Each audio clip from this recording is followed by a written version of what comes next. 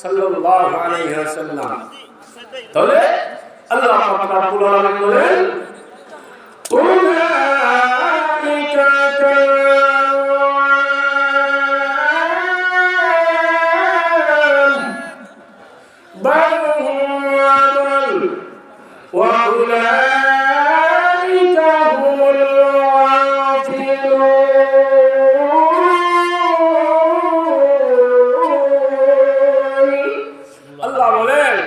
মানুষ যখন তার মনুষ্যত্ব হারিয়ে ফেলে তখন মানুষের কাতারটা হয় না, পশুর রূপান্তরিত হয়।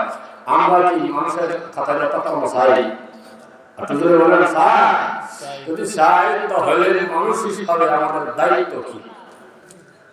নিশ্চয় আমাদের দায়িত্ব আছে। দিনের পথে আঞ্জাম দেওয়া, এটা হলো মানুষের দায়িত্ব। আল্লাহ পাক রব্বুল আলামিন মানুষকে যেমন আল্লাহ সৃষ্টির শ্রেষ্ঠত্ব প্রদান করেছে, শ্রেষ্ঠত্ব জাতি হিসাবে আল্লাহ দায়িত্ব আমাদেরকে দিয়েছেন, বুঝিয়ে দিয়েছেন। যাও মানুষ, আমি তোমাদেরকে বানিয়েছি শুধুমাত্র আমার জন্য, আমার তসবি হওয়ার জন্য। জোরে বলছি না? এই দুনিয়া এমন এক বেলকিবাজির দুনিয়া, আমরা দুনিয়ার মুখে পড়ে, দুনিয়ার লোক লালসায় করে আখিরাত ভুলে গিয়েছি।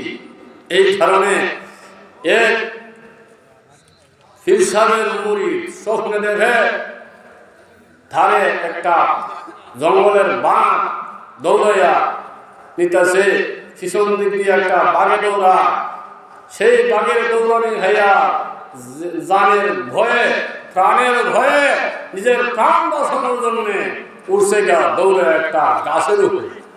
কেন উঠেছে?